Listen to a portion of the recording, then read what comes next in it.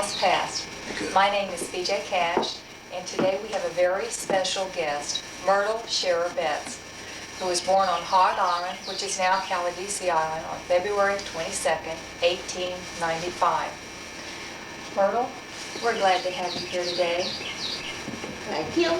We're visiting in her home, where she has lived since 1955, after roaming the world, and she's going to share many of those experiences with us today. I would also like to introduce Marjorie Fox and Sharon Kirby, who are helping Myrtle revise her memoirs, originally published in 1984 for her family. They were titled, "Yesteryear I Lived in Paradise, the story of Caladesi Island beginning in 1883, while Palm Harbor was still Bay St. Joseph's." Other Palm Harbor historical members that you'll see later on in the program are our pioneer editor, Charlie Jones, who's on camera, Winona Jones, who's our president this year, and Katie Pirro. So now, on with the show. Thanks. Myrtle, why did you first decide to write your memoirs? I wanted my grandchildren to know something of my background, because I didn't learn anything from my father and mother, and I thought it would be of interest to them. I'm sure it will be. How did it happen? How did it come to be published? I guess I had a lot of friends. That's the only thing I can say, because I made no effort at all to get it published, but friends did it for me. Friends, and your granddaughter Terry helped with the first book? Well, I guess, actually Terry had nothing to do about the writing of it or anything of that type. And having it typed, because it was done in longhand, my daughter Susie did it. She did the typing, for which I paid her. Myrtle, I know you're always saying that you're not a writer. And of course that's, I'm saying that I have no formal education. well, but I'd still like to point out that you wrote a column for the, what was it at the time, the Clearwater newspaper? And you wrote for Nature magazines. Yes. So why do you say you're not a writer? Well, from what I hear, you have to go to college, and I never have seen the inside of a college. Well, you got your education, I think, in a much better way, because you lived everything that you wrote about, and you had the natural skills. I like to say that Myrtle Betts is a storyteller. Well, thank you. But you are that. Thank you. Let's talk a little bit about when Henry came over from Switzerland. And that's how you start your book. Well, he came to this country to see it, not to stay in it. And he spent 5 years touring the United States. He put money in a bank in New York City, and it failed. So it left him, he had to work on farms and so on. He was a strong young man, and they could always get a job on the farm. So sometimes he worked as long as a year somewhere. It took him 5 years to reach the Pacific Ocean. His idea was to come to the nearest port, get a boat, and sail to South America. He wanted to see South America. He came to Florida and he got a boat, and going on a shakedown cruise, which you probably know, that's when you're trying your boat out. A bad storm hit him, and he drew in the shelter of the bayou over there at the island. And when they went ashore in the morning, a northeast wind had made it all dry, and he could walk ashore. A deer jumped up under his feet, and it was April. He didn't realize it, but the migration time was on. He saw all these hundreds of beautiful birds in blue and red and everything. He thought, well, this is a paradise. So he went to Tampa. Of course, this was Hillsborough County then, and asked his lawyer how he could obtain that land. And he was told he could homestead it. If he lived 5 years on it, he could get a title from the government. Can we back up just a little bit? There's a point I think is very interesting historically, but when Henry first came to Tampa, in order to get money to buy the boat, what did he do? He was a carpenter. He worked on the, what was then the Tampa Bay Hotel. And now it's the University of Tampa. Yeah. He must have been a good carpenter. It's still standing there, isn't it? Well, yes, I haven't fallen down. I just knew how to saw and drive nails. So he went over to Tampa and found out what he had to do to homestead. Yes, because this was Hillsborough County then. And he found out he could homestead by living there 5 years. He had to build a livable house, and we were an agricultural country back then, so he had to do something, either stock or something growing to make a living to obtain the title. So he put in a garden. Yeah, he put in a garden and he got hogs. And tell us when he used to come over to the mainland and he'd sell the produce from the garden and fish. Well, back in those times, we didn't have any ice to begin with, and the grocery stores did not carry farm produce, that is, vegetables and chickens and so on. So it was delivered by those who produced it. The horse and buggy would come around to your house. And my father walked around with a basket and sold these stuff. And while he was going door to door selling, because the housewife would come out and pick, now was he smoking mullet at that time? I think he did. Okay. Yeah. It's one of your favorites, isn't it? Yes. But we'll get on to that later. But what I'm getting to, and Sharon, you remember from the book, when he met Catherine, Myrtle's wife. Well, that was a very simple thing. Catherine was from Cleveland, Ohio. She was an Irish girl. Came to this country with her family when she was 3 years old. And she became, as girls did back in those days, didn't have much other chance but to be a domestic or a servant.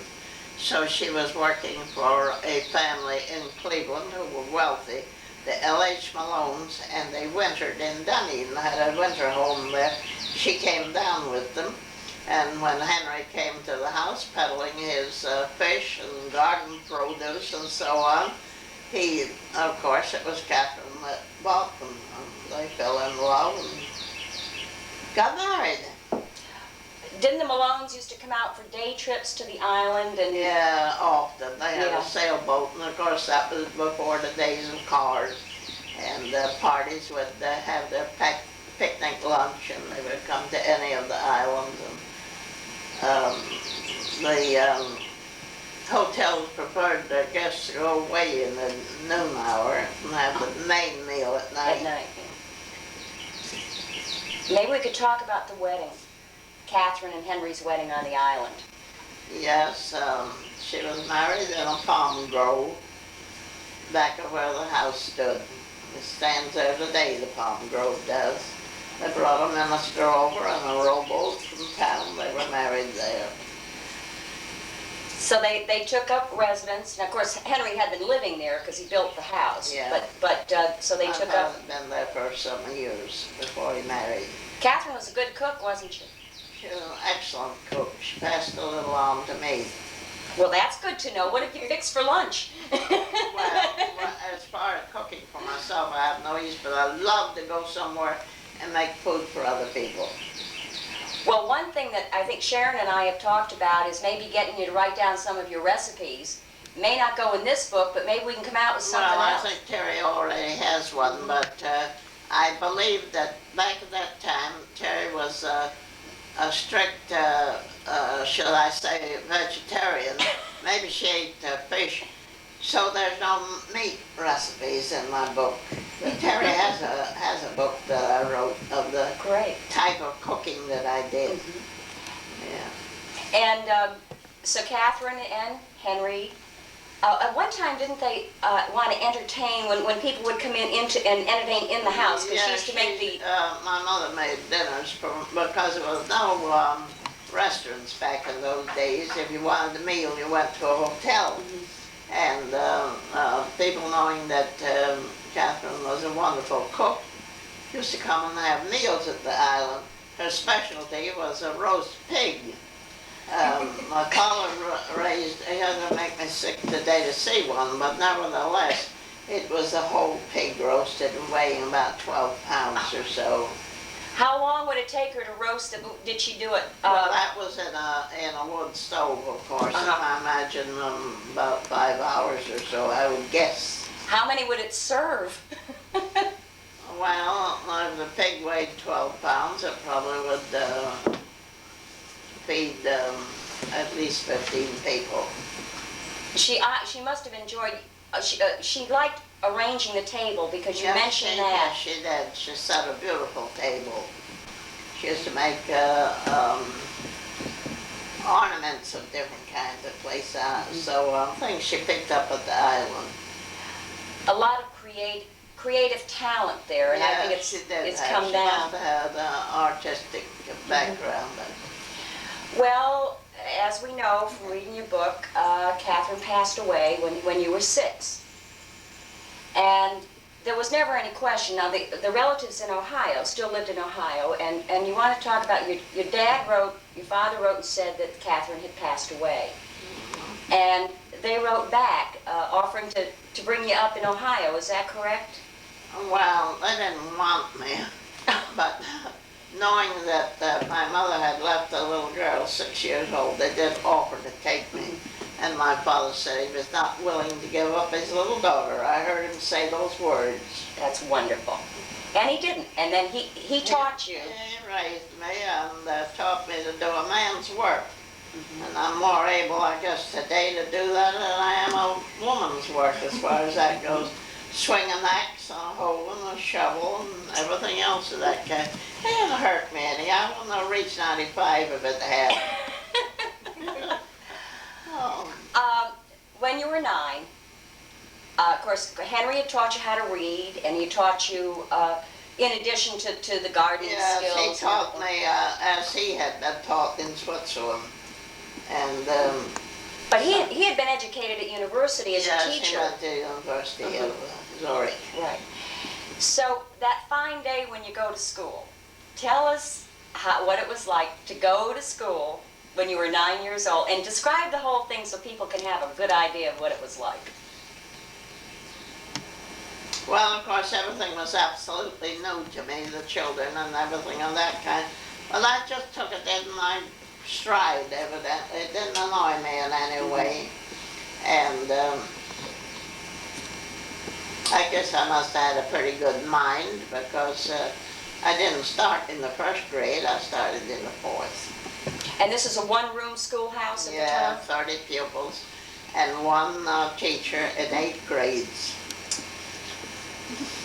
But your typical day, you'd get up what time?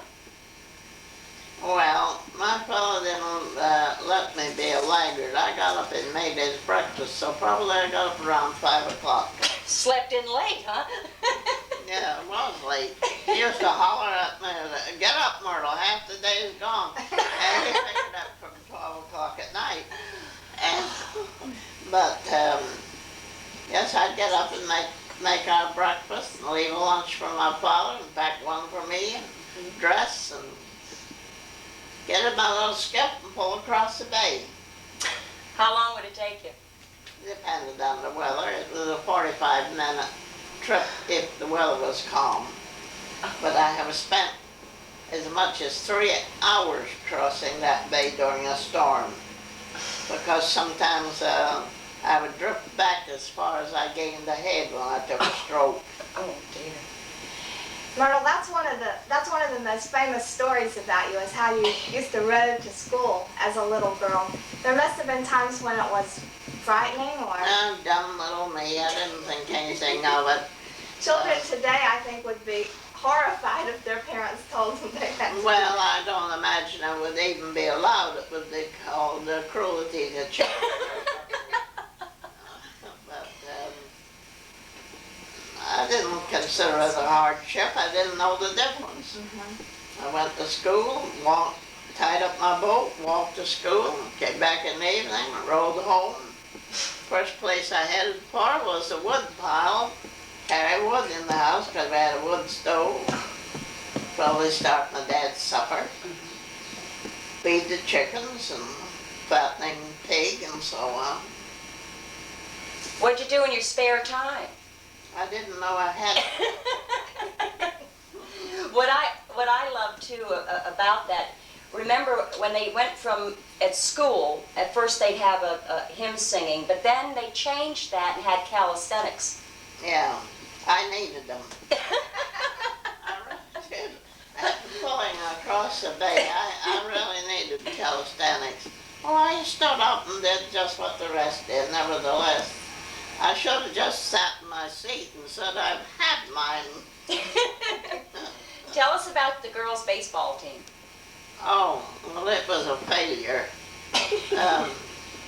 We older girls saw the boys having a baseball team, and we that were around. See, children were much older than they are now in school. It was even 16-year-olds. We decided, us girls decided we'd have a baseball game, and we laid out some girl that played baseball at her home with the neighbors and her own family knew the way to lay it out, you know, the footage and everything. We did all of that, and we got out there, and boy, I cracked a ball into the next county. I thought it was wonderful. So one day, after a couple of days, the teacher asked those girls who played baseball to stay. And around the windows, you'd see the heads of all the other children listening to see what this was all about. And the teacher just said she thought she had little ladies in her class, but she found out she had roughnecks. And she wanted us to stop the baseball playing. Oh, no. Myrtle, I know from reading your book that you had a lot of pets on the island. Had a lot of pets. Animals that you befriended. Do you want to tell us? Oh, well, I still have kind of a nut. I feed a possum out here on my porch. He's the best garbage collector I ever had. But, yes, I had pet raccoons that would crawl up in my lap like a cat. And, of course, I always had a dog and a cat. And occasionally we had a horse, which I loved.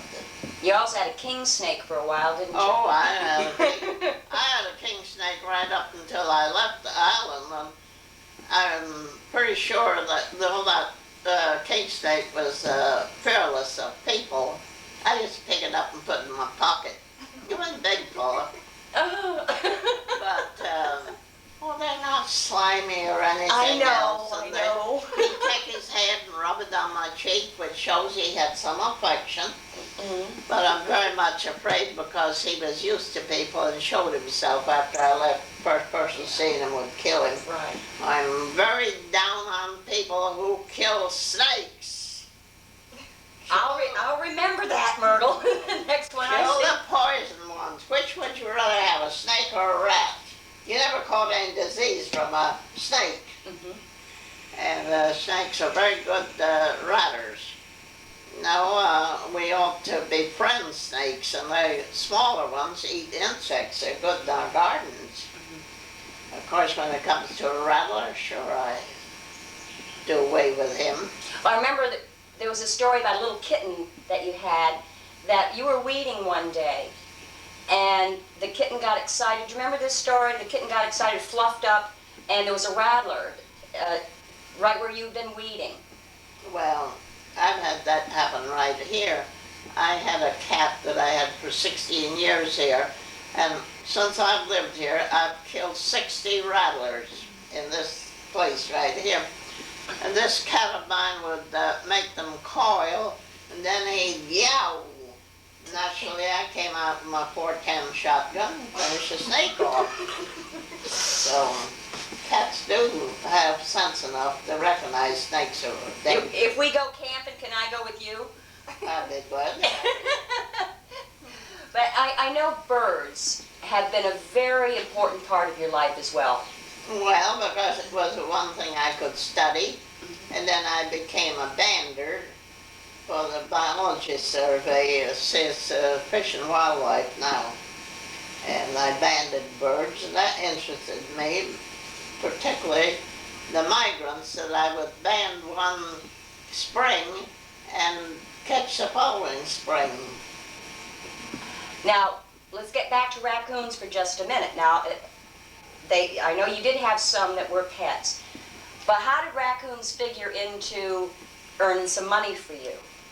Well, during the months of January, when the fur was good, I trapped raccoons. And I have a little story to tell about that. It might have seemed like a very cruel thing. I caught about 50, and that's when the fur was at its prime, the only time I would catch them. Now they had become so prominent on the island that they were getting to be a pest. And although they haven't told me what they did to do away with them, I know they poisoned them. Instead of trapping their poison. So I think maybe my method was better. Right. I used to take approximately 50 out. And when I first started trapping as a little child, the raccoons brought 35 cents on an average, the skins. They were shipped to St. Louis. And when I quit, well, I couldn't tell you what year that was, but the last year I lived there, they averaged $3. The highest I ever got for a skin was $8. It goes by the size and the condition. Of the pelt, Yeah. But through the years, though, it was a way of you earning some money for extra yes. things. Because a dollar back when I was a child was quite a sum. Mm-hmm. It's 10 cents now. Myrtle, your lifestyle was certainly different from children today. Did you ever feel lonely on the island with just your father for company? I had so many things to do, I don't really remember that I was ever lonely. Of course, in the wintertime, we had folks coming over that had Right. brought children. You had a over. lot of company. Yeah, but I don't remember that I was really lonesome. I had my animals, and I certainly had my duties. And I was always glad to crawl up to my attic bed at night. I was always tired and went to sleep. There were some other homesteaders on Hog Island for a while. What happened with those people, Myrtle? Do you remember? The residents there, well, they Yeah. only stayed there to get the property. And didn't they reduce it to 3 years instead of 5? Yeah, yes, it was changed to 3 Yeah. instead of 5. So they'd stay just the required That amount was of the time? only reason they lived there. Yeah. They put in as little of time as possible because most people could not stand the solitude. Mm-hmm. They just couldn't take it. So you did have a lot of famous people who came to visit too. Well, that was very simple. Back in those days, and what's the Bellevue built more nowadays, of course there was no cars and they had a boat. And of course my father was a character and he told a good nature fake stories, some made up, some natural. And that's what people like. You gotta make a build-up. So a lot of the guests say, yes, I even met Fritz Chrysler, whom I was very pleased. He played on my dad's violin. That must have been thrilling. It really meant something to me. And Carl Sandburg. Yes, I'm not Carl Sandburg. What about the man who was president of Sears and Roebuck at the time? You remember that? Yes, I do remember it because he came in our house and it was common for the country folks back in those days to have a Sears Roebuck catalog. Oh, that was a big thing when that came in the mail. We spent hours drooling over it. It was the wish book. Yeah, which book is right? And of course, we used to order some things from there, shoes and clothes and so on. And among the things that they had sent us was a picture of their new building in Chicago. They didn't have branches back at that time. And we put it up on the wall. And a man came in the house and he looked at it and he told me that he was ahead of that. That must have been something. Well, I guess I wasn't as much impressed back in those days as I would be now. Didn't mean that was just somebody else. And tell us about, this is one of the new things that will go in the second printing of we're calling it the revised, because we are including a lot of new material in the second book. But when you and your father flew in the airplane, was that 1918, 1919? 1918. Thank you. Right after the war. But this gentleman flew you over the island? Well, he came flying and shut his motor off and called down to us. And of course the motor will catch again, you know, in the plane. And he said he was landing out on Bird Key, which he did, and we went out there and took a flight with him. Now he later on became head, I couldn't tell you his name, but he became a head of the Eastern Airlines. It's amazing. It's amazing. And I did enjoy my flight. you had a fascinating life. Of course, you were busy living it. Now that you look back, you can see how interesting when you were a commercial fisherman with Herman, when you worked together side by side as commercial fishermen. Yeah. As you said, doing things that... tell the story about when you were out in the boat on your own and other male fishermen were... We can get sexist here, Myrtle, it's all right. I'm so tired of hearing that. I'd be out trolling for kingfish in the spring and by myself. And every boat I passed, I'd hear this remark, "There's a woman in that boat." Too bad. Well, I guess women didn't operate boats alone.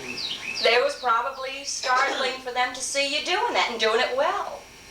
But I know we've discussed this months ago that you felt one of the greatest gifts you got from Henry and Catherine was your spirit of independence. And I still have it. right, it still shows.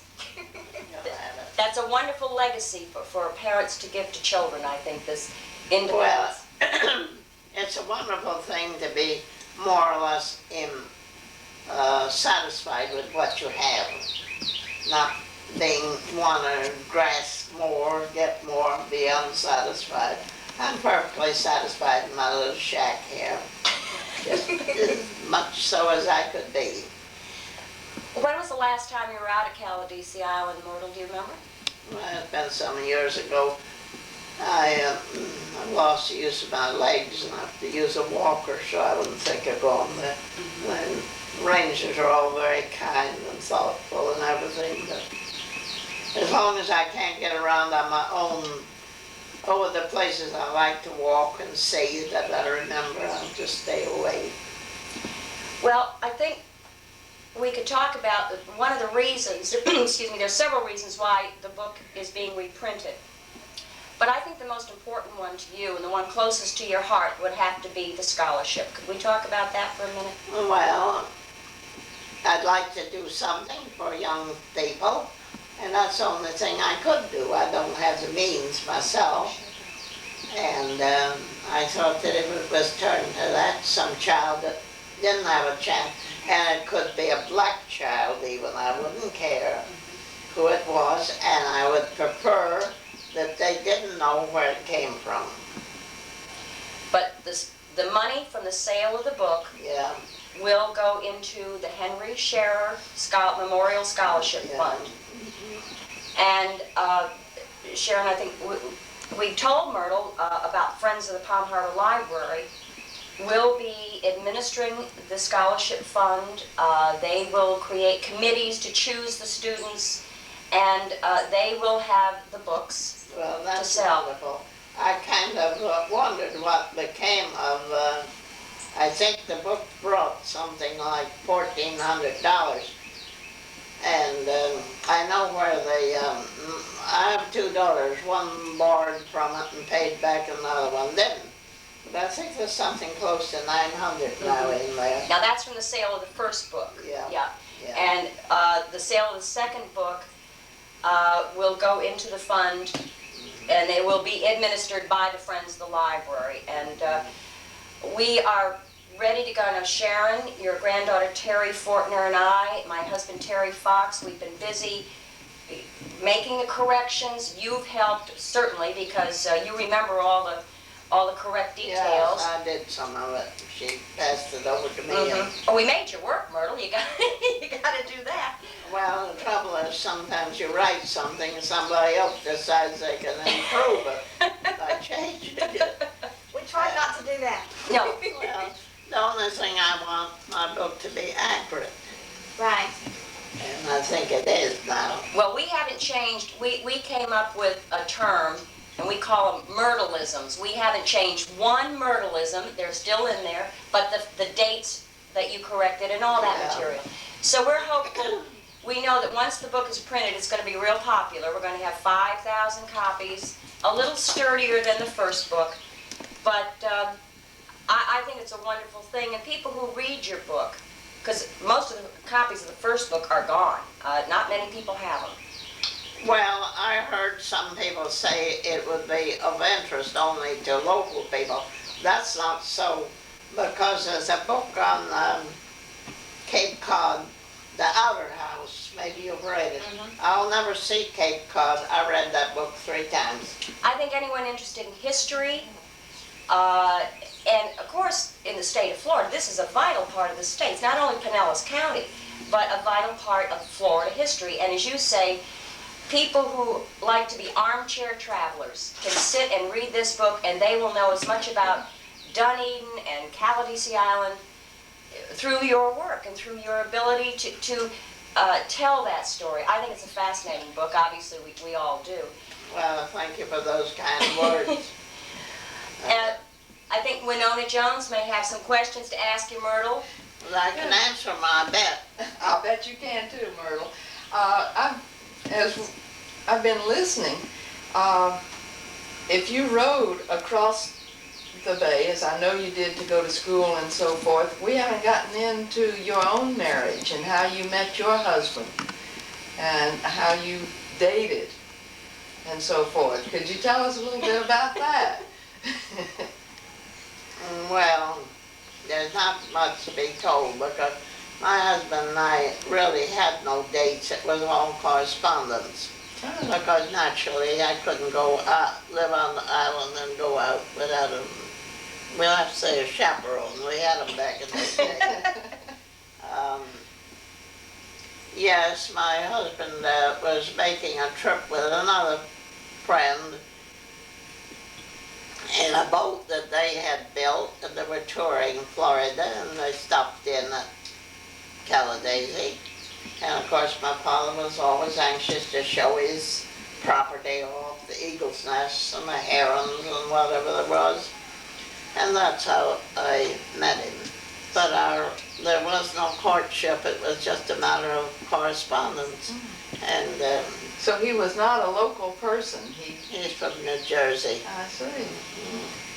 So how long did this take place before you were married? We were married for 55 years. Oh my goodness. Yeah. You moved back, you and Herman moved back to the island because you lived in Miami and then for a while and then came back. We lived at Miami and we lived at St. Petersburg. And my father, he was getting a little old and needed somebody, and my husband consented to go there because my father painted such a vivid picture of all the things we could do on the place. And, Of course, it must have pleased you to be able to move back to that well, island. it did, because my father meant a lot to me. He was the only thing I had. I have no family. And it meant a lot to me, and he got a little companionship out of it. And in his last days, he did come to my house and die at my home in Dunedin. That was Christmas 1934? Yeah. What 1st of September, what year did you get married? 1915. 1915, and you were married for 55 years before your husband died. I was 20 when I married. Had passed my 20th. Let's see. married the 28th of September, and I would be 21 in the following February. During the First War, did that affect your life very much, or your Well, in both of the wars, I always did something. No, I couldn't say it did. I know there was a lot of restrictions in the First World War. You could just buy so much flour and so much meat. And I don't think it had any effect on us in that way. How about the second? Were you still living on the island at that time, or? No, I believe I was at St. Petersburg. Well, the Depression hit the area real hard. Comm Harbor area especially suffered a lot in the Depression, as did most of the country. But how did it affect you out there on the island? Not at all. That's what because you were self-sufficient. I mean, you had everything growing. No, it didn't have any effect. In fact, I had things to share with other people. Because there were some people that were hard up back in those days, a chicken or a bunch of turnips or something might mean a lot to them. No, I had no depression. Did not hurt us at all. What year was it when you left the island? I'm gonna have to say 34. Yeah. It was the hardest thing I ever did. I'll bet. It was paradise. Yeah, it was the hardest thing I ever did. It just broke my heart. I had a question I wanted to ask Myrtle, and that you were there on the island when Hurricane Pass was created. Yeah, yes. Could you tell us a little bit about that? Well, I can only tell you, it didn't seem to me that, you see, we lived up in the bayou. We didn't live on the Gulf side, so when there was a severe storm, we didn't get all those huge waves and everything. And that morning, all I can say is I walked up the beach, because after a storm, I always walk the beach. You found wonderful things. Like what? Well, timbers and boards and other things that you could use for repairs of docks and things of that type. Sometimes you found people in boats too, though. Well, once in a while you found a small boat that'd been wrecked. But I walked up the beach and saw that the pass had been cut through. I guess I'm the first one that ever saw it, because I went up early that morning, and that storm was so severe, there was very few of the small boats that were in shape.